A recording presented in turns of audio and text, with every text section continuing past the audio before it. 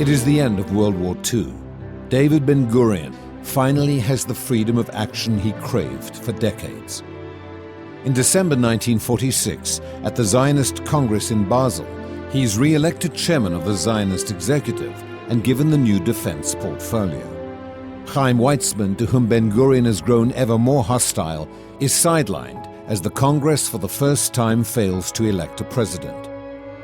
Exploiting the broad sympathy for Zionist aspirations in the wake of the Holocaust, Ben-Gurion focuses on a campaign of large-scale illegal immigration. Ben-Gurion biographer Shabtai Tevet relates. The drama Ben-Gurion produced from the pent-up pressure of the survivors and the shut gates reached its peak with the Exodus 1947. The ship, with 4,450 illegals, was intercepted by the Royal Navy on July 18, 1947, and ordered to sail to Hamburg. There they were removed from the ship by force and, struggling, were returned to the displaced persons camps in Germany, before the eyes of the world press. While the underground Irgun is chiefly responsible for driving the British from Palestine, Ben-Gurion's illegal immigration strategy proves an effective adjunct. On September 26, 1947, Britain announces its intention to leave Palestine, and 2 months later, the UN votes for partition. As Britain's departure date of May 15, 1948 approaches, Arabs cut communications between Jewish communities and accelerate their attacks on Jewish settlements. Among Jewish leaders, doubts grow on whether the time is right to declare a state. Ben-Gurion rallies members of his Mapai party and the 13-member provisional government, which votes by a narrow margin in favor of statehood. On May 14, 1948, the day before the British withdrawal, Ben-Gurion reads the Declaration of Independence at the Tel Aviv Museum. The armies of 5 Arab states promptly attack. Chaim Herzog, who later serves as president of Israel and fought in the war, writes of Ben-Gurion. The spirit that animated the people and the courage it reflected were the function of a very rare form of determined and inspiring leadership. He made mistakes, but they were those of a very great man. After the war, Ben-Gurion directs his efforts to ingathering of the exiles. The millions of European Jews he had once hoped to bring to the Jewish state have been murdered by Hitler. The exiles now are Jews fleeing Arab states like Morocco, Iraq, Yemen, and Libya.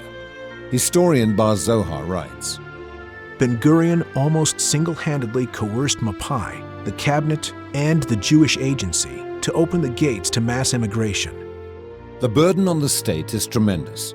A state of 700,000 doubles its size over a 4-year period. At one point, 200,000 people live in tents.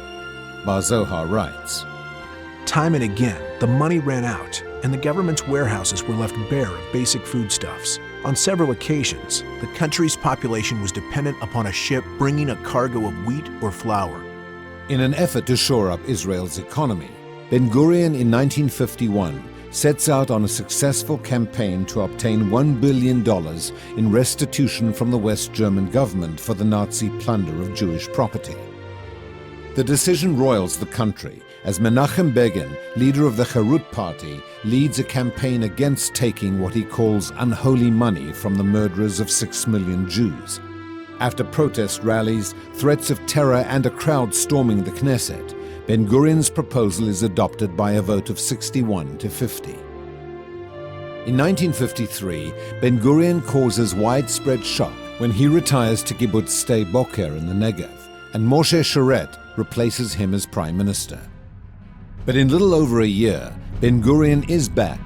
As defense minister, Ben-Gurion initiates an activist policy of reprisals against Egyptian-sponsored terrorists infiltrating from the Gaza Strip.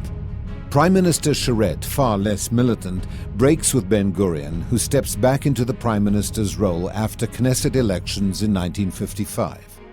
When Egypt's President Gamal Abdel Nasser blocks the Straits of Tiran to Israeli shipping, Ben-Gurion cooperates with France and Britain in making war with Egypt on October 29, 1956. Israel routs Egyptian forces, takes control of the Sinai Peninsula, and opens the Straits of Tiran. Though U.S. condemnation forces Ben-Gurion to withdraw, the Sinai campaign will bring Israel 10 years of peace on its southern border. After the war, Ben-Gurion turns his attention to fostering new leadership. The youngsters include Moshe Dayan, Shimon Peres, Abba Eban, and others. Bar Zohar writes, Clashes between veterans and the young leaders went on almost incessantly. The clashes aggravated the sense of alienation, dividing Ben-Gurion from his veteran colleagues, while bitterness and anger gradually replaced the trust and admiration they had showered on him for so long.